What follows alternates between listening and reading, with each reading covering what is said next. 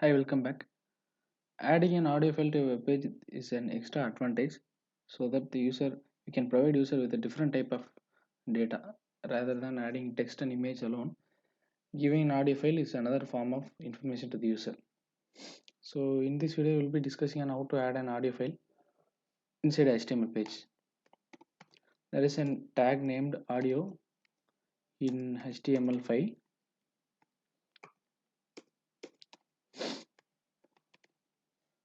So I have a file named 1.mp3 in my desktop. So this file is also in desktop. So src equal to 1.mp3 and type equal to audio slash mpeg. So now I will reload the page. You can see that audio file is of 4 minutes 12 seconds long.